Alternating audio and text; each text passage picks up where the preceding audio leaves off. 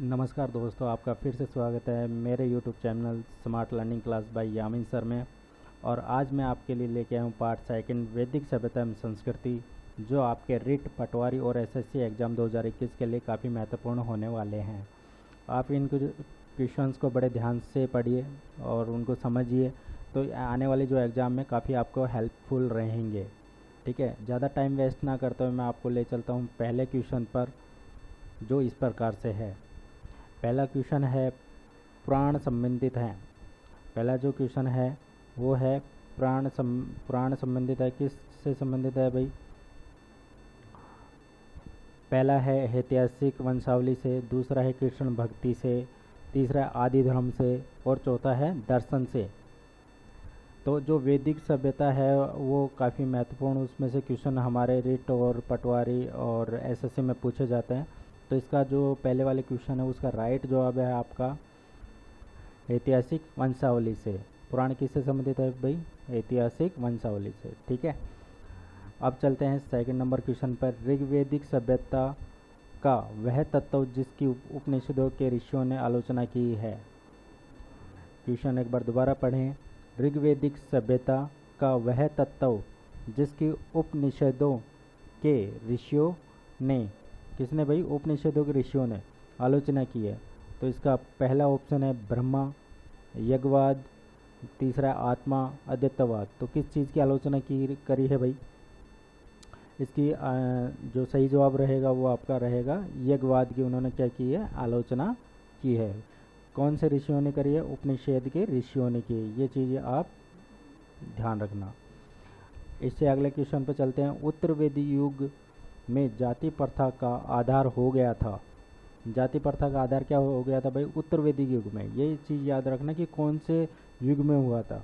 ठीक है, प्रत्येक युग में जाति प्रथा का आधार बदलता रहा है। तो उत्तर वैदिक युग में जाति प्रथा का आधार हो गया था कर्म, जन्म, अभिरुचि, व्यावसायिक निपुण। तो इसका सही जवाब रहेगा जन्म। ठीक है मेरे प्यारे दोस्तों, अब चलते हैं नेक्स्ट क्वेश्चन पर। नेक्स्ट क्वेश्चन है हमारा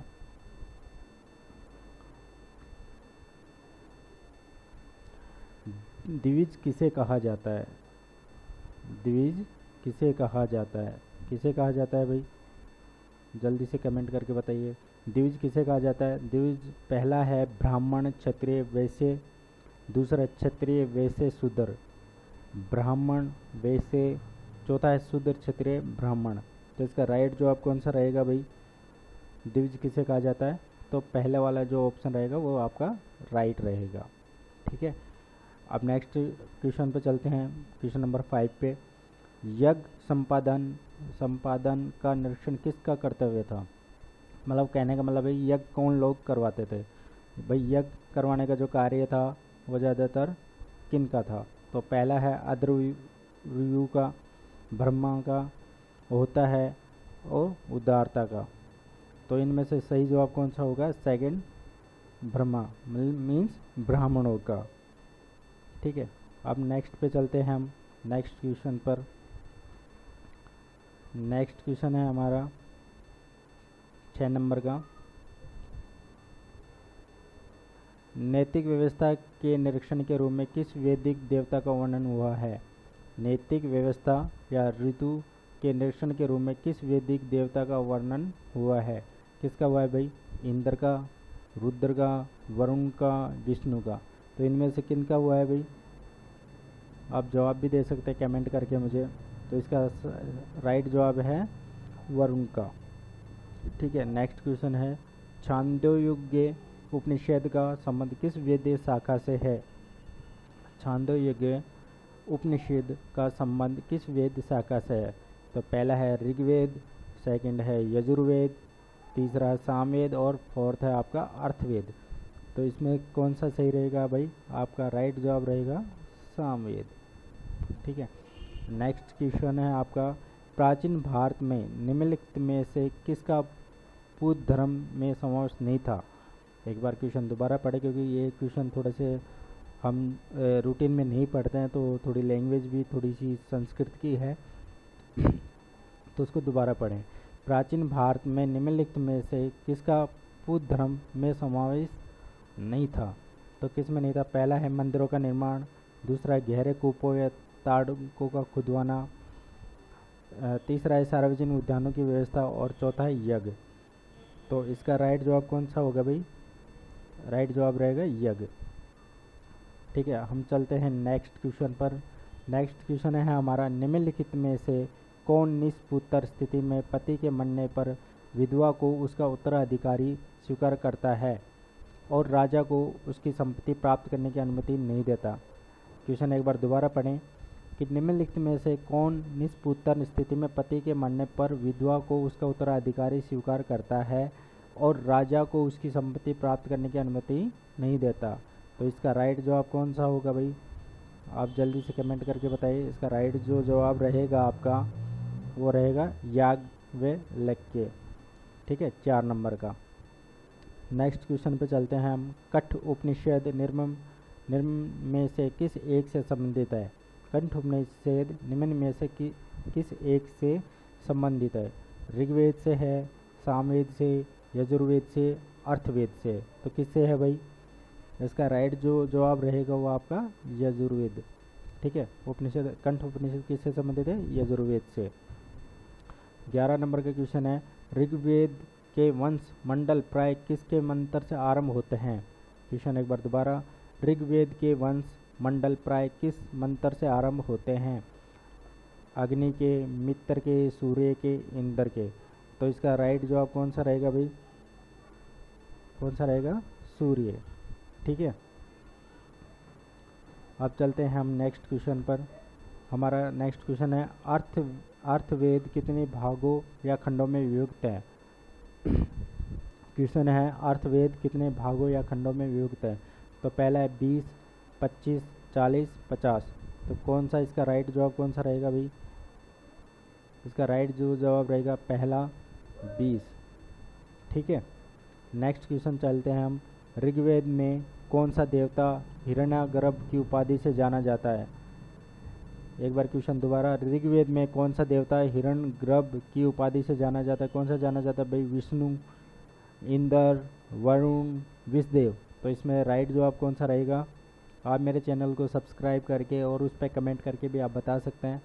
अगर कुछ सुझाव हो या कुछ गलती हो इनमें तो आप मेरे को मैसेज में बता सकते हैं। इसका राइट जो जवाब रहेगा आपके वो रहेगा विष्णुदेव। ठीक है, नेक्स्ट क्वेश्चन है हमारा, परवर्ती काल में वैदिक धर्म ब्राह्मणवाद के रूप में जाना गया क्योंकि? एक बार क्वेश्चन दोबारा, परवर्ती काल में वैदिक धर्म ब्राह्मणवाद के रूप में जाना गया क्योंकि यह पवित्र वाणी, ज्ञान अथवा प्रार्थना को घोषित करता है। सेकंड है, यह ब्राह्मण द्वारा उद्भूत माना जाता है।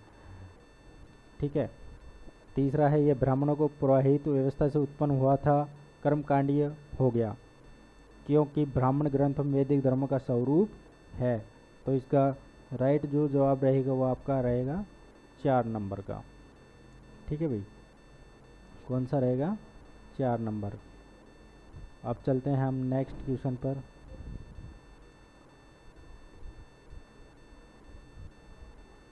नेक्स्ट क्वेश्चन है हमारा,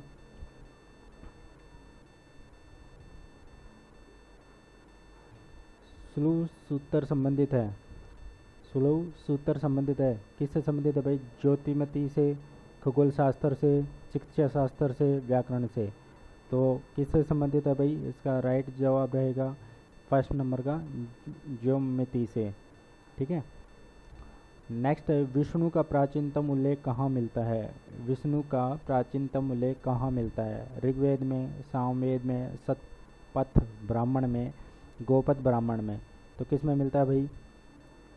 इसका सही जवाब रहेगा फर्स्ट नंबर, ऋग्वेद में विष्णु का क्या मिलता है? उल्लेख मिलता है।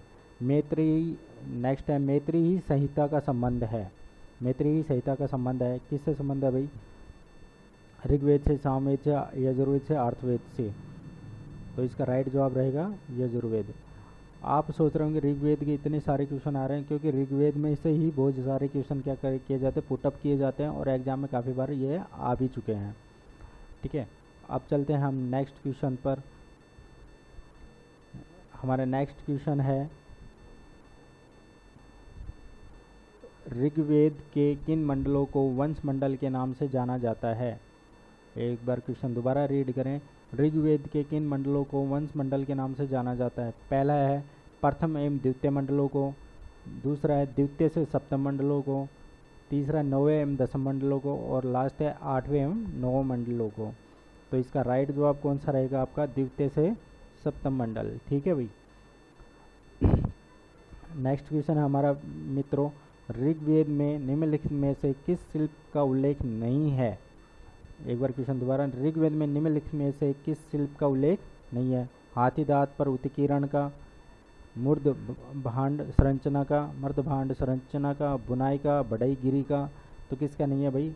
हाथी दांत का नहीं है। ठीक है, हाथी दांत का।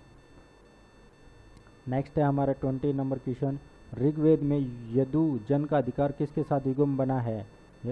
ऋग्वेद में यदु जन का अधिकतक किसके साथ युग्म बना है?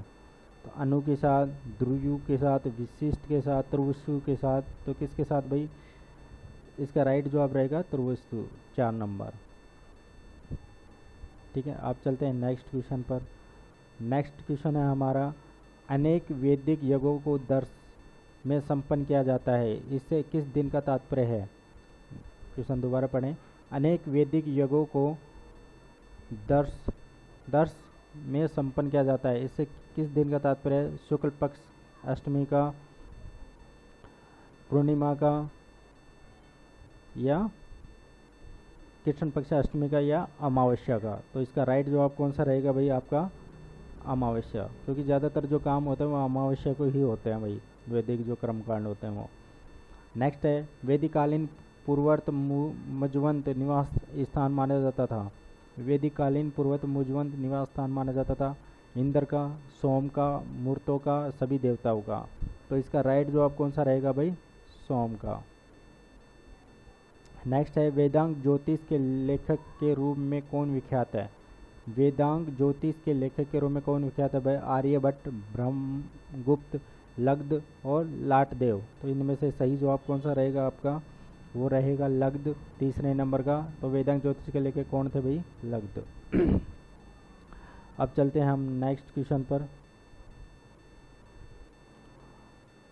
नेक्स्ट क्वेश्चन है हमारा, ऋग्वेदिक भर्तों का अधिवास था।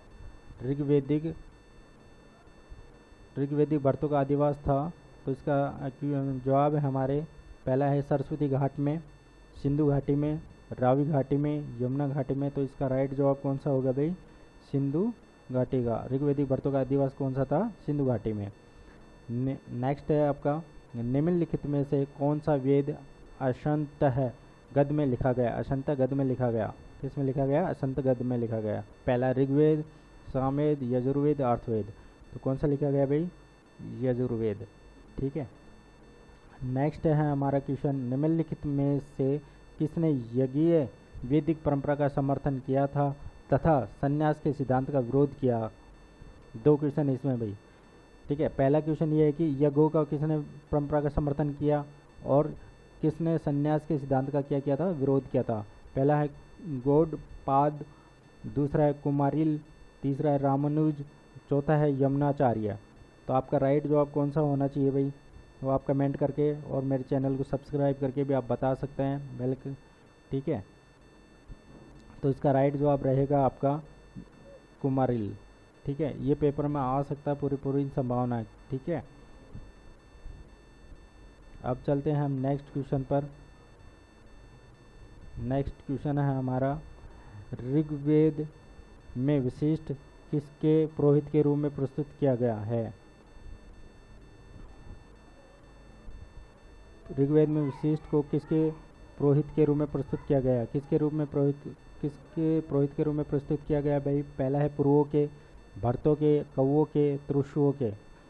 ठीक है, तो इसका राइट जवाब कौन सा रहेगा आपका? भर्तों के। ठीक है, 28 नंबर क्वेश्चन है, यम वैदिक साहित्य में सभा और समिति को किस देवता की 2 पुत्रियां कहा गया? यम वैदिक साहित्य में सभा और समिति को किस देवता की 2 पुत्रियां कहा गया? इंद्र की, अग्नि की, रुद्र की, प्रजापति की। तो कौन से कहा गया भाई? प्रजापति की। ठीक है, नेक्स्ट क्वेश्चन है हमारा सेकंड लास्ट, निम्नलिखित में से कौन सी बात ऋग्वेदिक स्त्रियों के संदर्भ में सही नहीं है? कौन सी बात सही नहीं है भाई? तो ऑप्शन दे रखे हैं, वे सभा की कार्यवाही में भाग लेती थी। दूसरा, वे यज्ञों का अनुष्ठान करती थी। तीसरा, वे युद्धों में सक्रिय भाग लेती थी।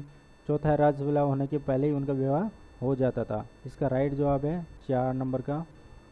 ठीक है, राजविवाह होने के पहले ही उनका क्या हो जाता था? विवाह हो जाता था।